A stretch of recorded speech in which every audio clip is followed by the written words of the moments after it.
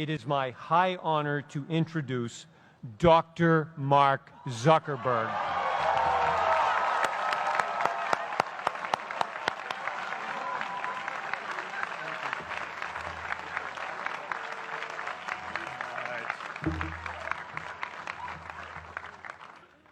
Today, I want to talk about purpose.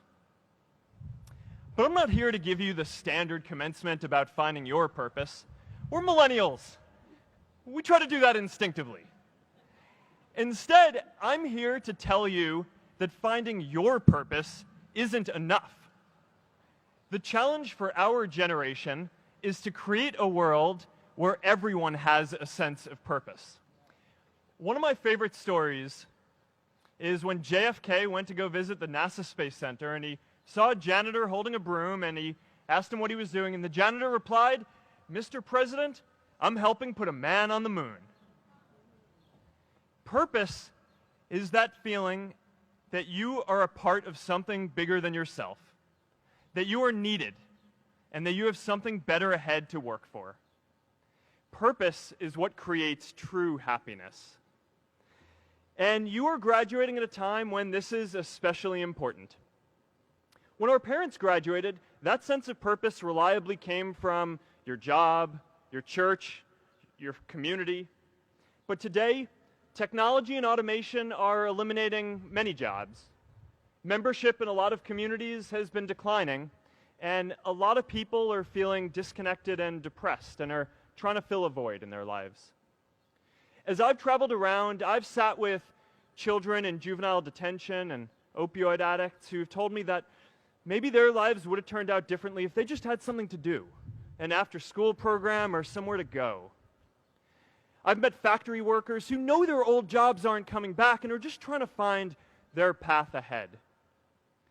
For our society to keep moving forward, we have a generational challenge to not only create new jobs, but create a renewed sense of purpose.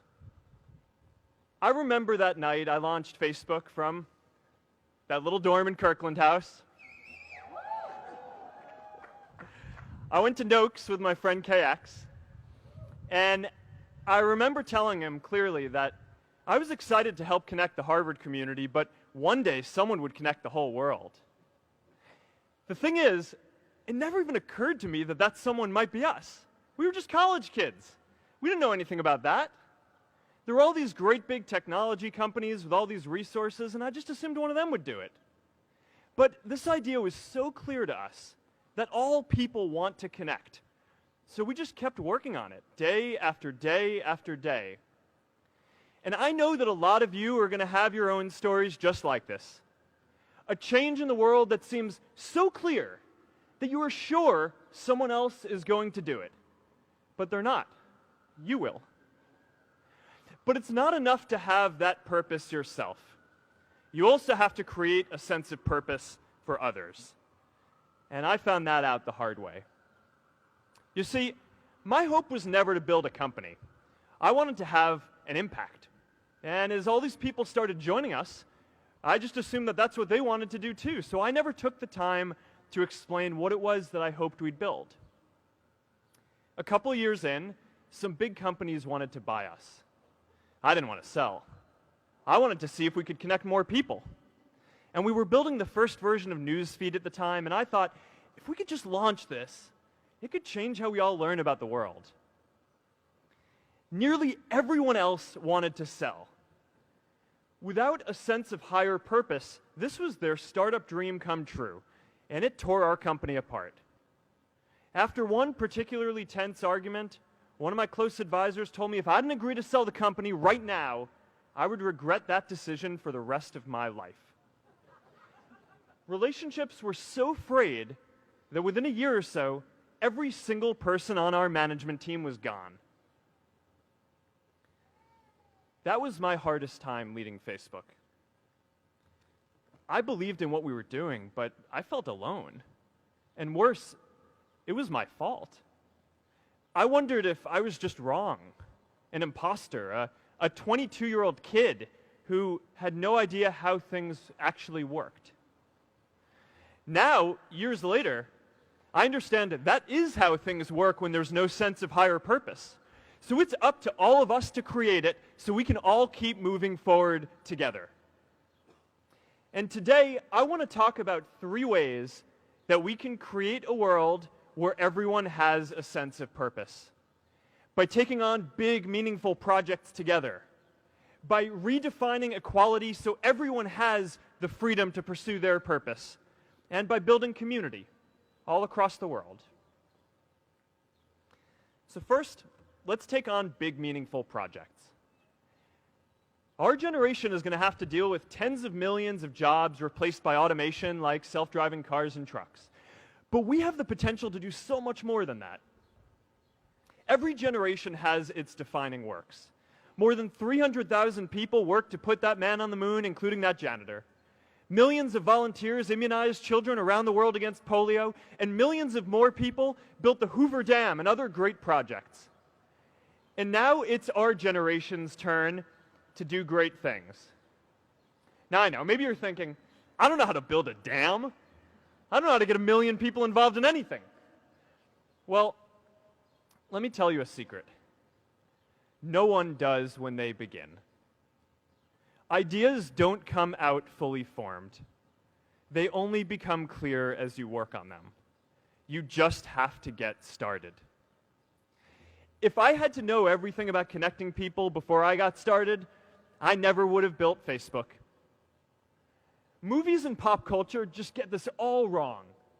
The idea of a single eureka moment is a dangerous lie. It makes us feel inadequate because we feel like we haven't had ours yet. And it prevents people with seeds of good ideas from ever getting started in the first place. Oh, and you know what else movies get wrong about innovation? No one writes math formulas on glass, okay? All right? That's not a thing, okay?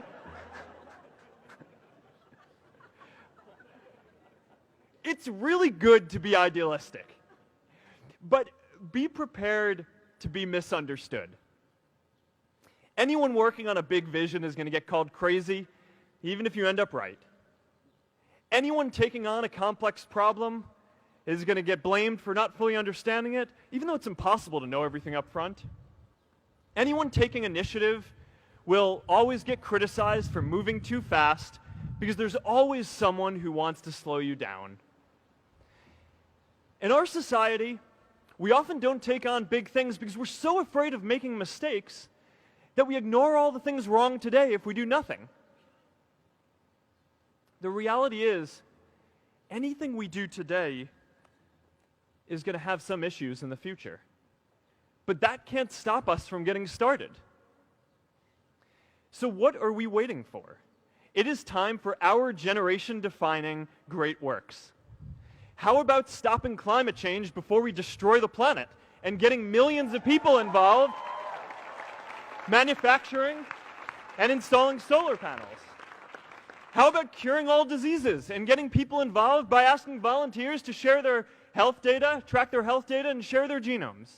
You know, today, our society spends more than 50 times as much treating people who are sick as we invest in finding cures so people don't get sick in the first place. It makes no sense. We can fix this. How about modernizing democracy so everyone can vote online? And how about personalizing education so everyone can learn? These achievements are all within our reach. Let's do them all in a way that gives everyone in our society a role.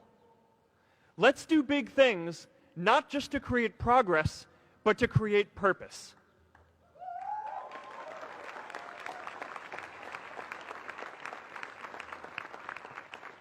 So taking on big, meaningful projects together is the first thing we can do to create a world where everyone has a sense of purpose. The second is redefining our idea of equality so everyone has the freedom to pursue their purpose. Now, many of our parents had stable jobs throughout their careers, but in our generation, we're all a little entrepreneurial, whether we're starting our own projects or finding our role in another one. And, you know, that's great, because our culture of entrepreneurship is how we create so much progress. An entrepreneurial culture thrives when it is easy to try lots of new ideas.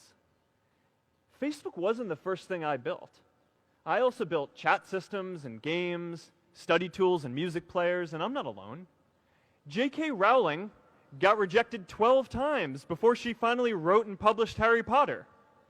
Even Beyoncé had to make hundreds of songs to get Halo. The greatest successes come from having the freedom to fail. Now, today, we have a level of wealth inequality that hurts everyone. When you don't have the freedom to take your idea and turn it into a historic enterprise, we all lose.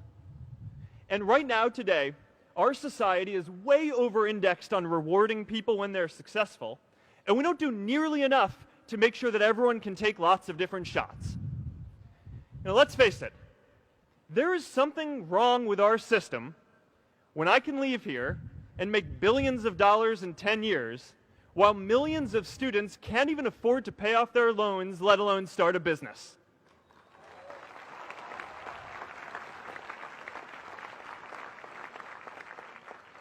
Look, I know a lot of entrepreneurs, and I don't know a single person who gave up on starting a business because they were worried they might not make enough money. But I know too many people who haven't had the chance to pursue their dreams because they didn't have a cushion to fall back on if they failed. We all know you don't get successful just by having a good idea or working hard. You get successful by being lucky too. If I had to support my family growing up instead of having the time to learn how to code, if I didn't know that I was going to be fine if Facebook didn't work out, then I wouldn't be standing up here today. And if we're honest, we all know how much luck we've had to get to this point in our lives. Every generation expands its definition of equality. Previous generations fought for the vote and civil rights. They had the New Deal and Great Society.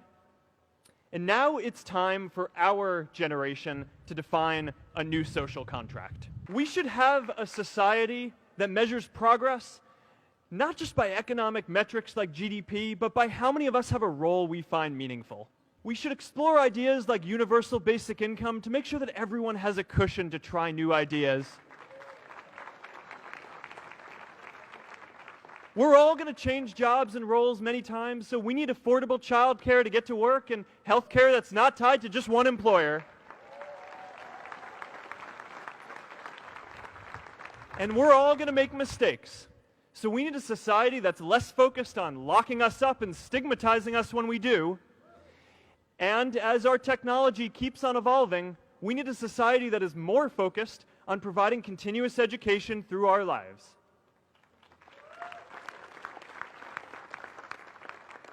And yes, giving everyone the freedom to pursue purpose isn't going to be free. People like me should pay for it. And a lot of you are going to do really well, and you should too.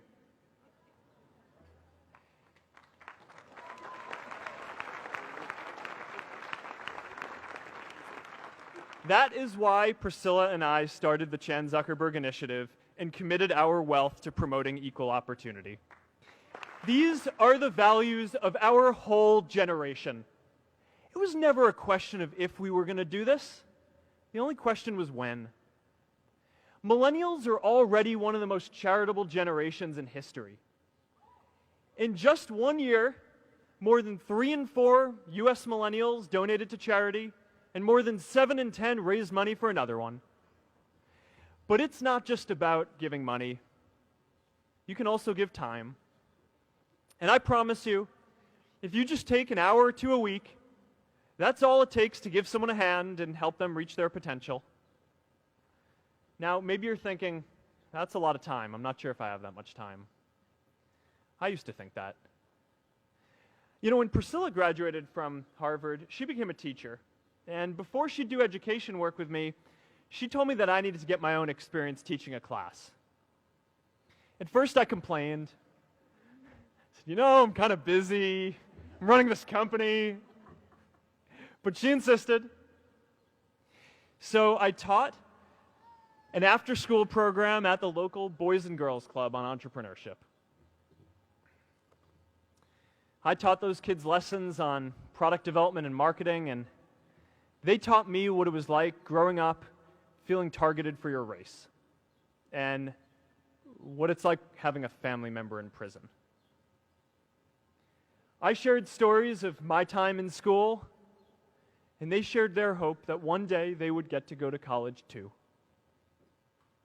For 5 years, I've had dinner with those students every month. One of them even threw Priscilla and me our first baby shower. And next year, they're going to college.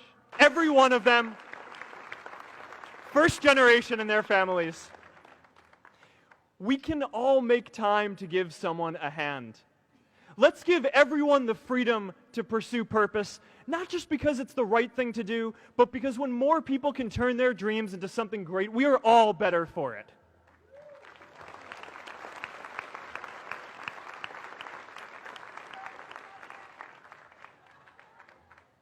Purpose doesn't only come from work. The third way we can create a sense of purpose for everyone is by building community.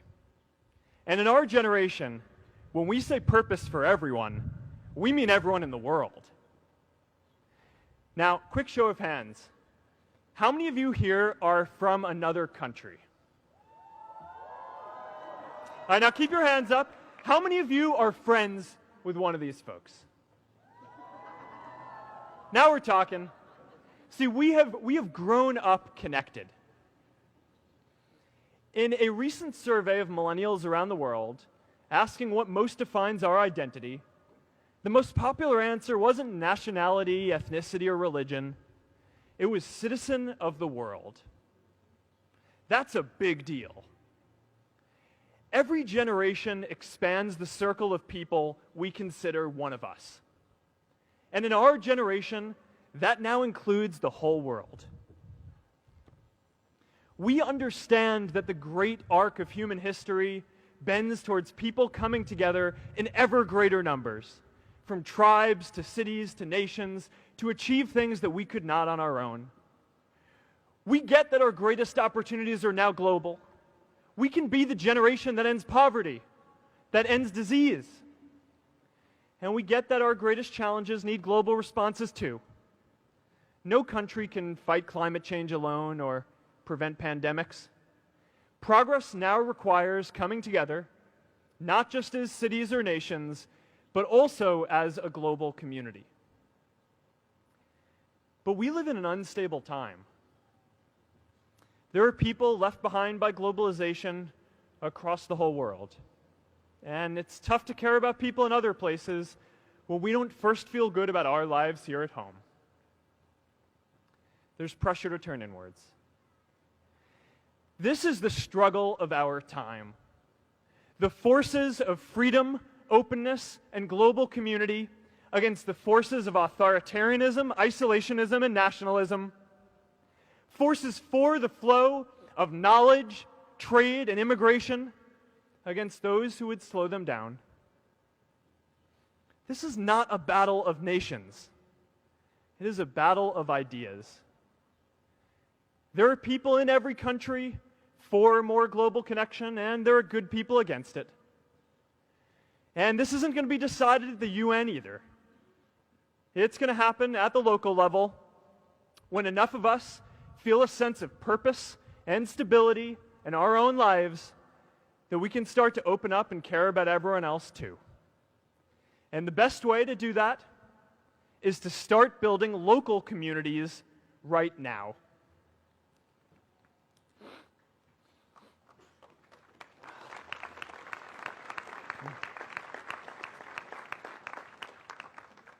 We all get a lot of meaning from our communities. Who here's from Elliott House? How about Lowell? I know you guys found community because you literally live right on top of each other. And Mather? I'll just leave that there. Whether our communities are houses or sports teams, churches or a cappella groups, they give us that sense that we are a part of something bigger, that we are not alone. They give us the strength to expand our horizons. And that's why it's so striking that over the past few decades, membership in all kinds of communities has declined by as much as 1/4. That's a lot of people who now need to find a sense of purpose somewhere else. But I know that we can rebuild these communities and start new ones because many of you already are. I met Agnes Aghori, who's graduating today. Agnes, where are you?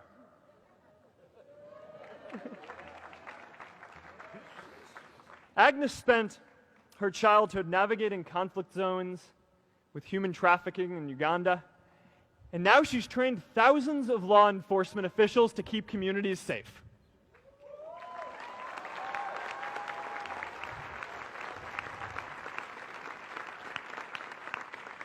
I met Kayla Oakley and Neha Jain, who are graduating today too. Stand up, guys. Kayla and Neha started a nonprofit that connects people suffering from chronic illnesses with people in their communities who are willing to help out.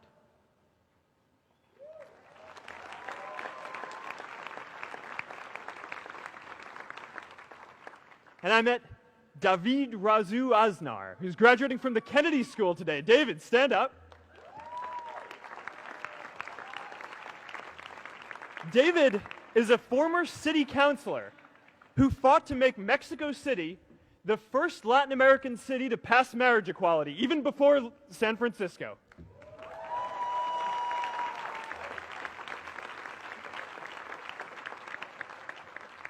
And this is my story too.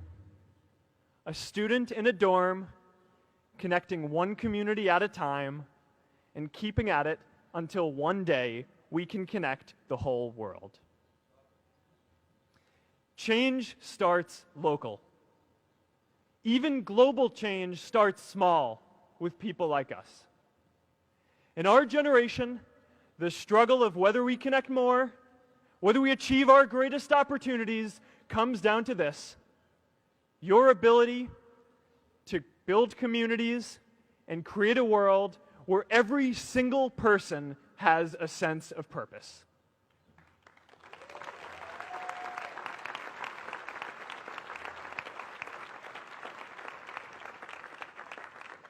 Class of 2017, you are graduating into a world that needs purpose. And it's up to you to create it. Now, maybe you're asking yourself, can I really do this? Well, remember when I told you about that class I taught at the Boys and Girls Club? One day after class, I was talking to my students about going to college, and one of my top students raised his hand and said that he wasn't sure he could go to college because he's undocumented. He wasn't sure if they'd take him. Last year, I took him out to breakfast for his birthday, and I wanted to get him a gift, so I asked him what he wanted, and he just started talking about struggles that he saw other students in his class facing, and finally said, you know, I'd really just like a book on social justice. I was blown away. Here is a young guy who has every reason to be cynical. He wasn't sure if the country he calls home, the only one he's known, was going to deny him his dream of going to college. But he wasn't feeling sorry for himself. He wasn't even thinking of himself. He has a greater sense of purpose, and he's going to bring people along with him. It says something about our situation today that I can't even say his name because I don't want to put him at risk. But if a high school senior who doesn't know what the future holds for him can do his part to move the world forward, then we owe it to the world to do our part too.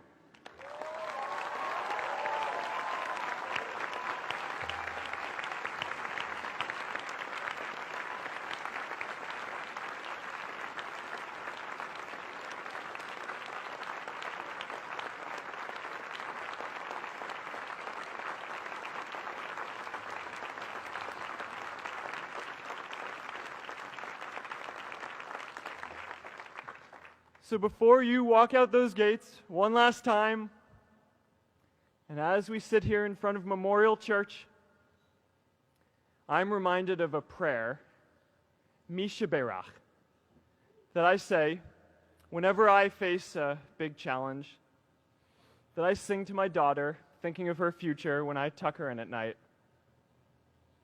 And it goes, "May the source of strength, who's blessed the ones before us, help us find the courage to make our lives a blessing." I hope you find the courage to make your life a blessing. Congratulations, class of 2017. Good luck out there.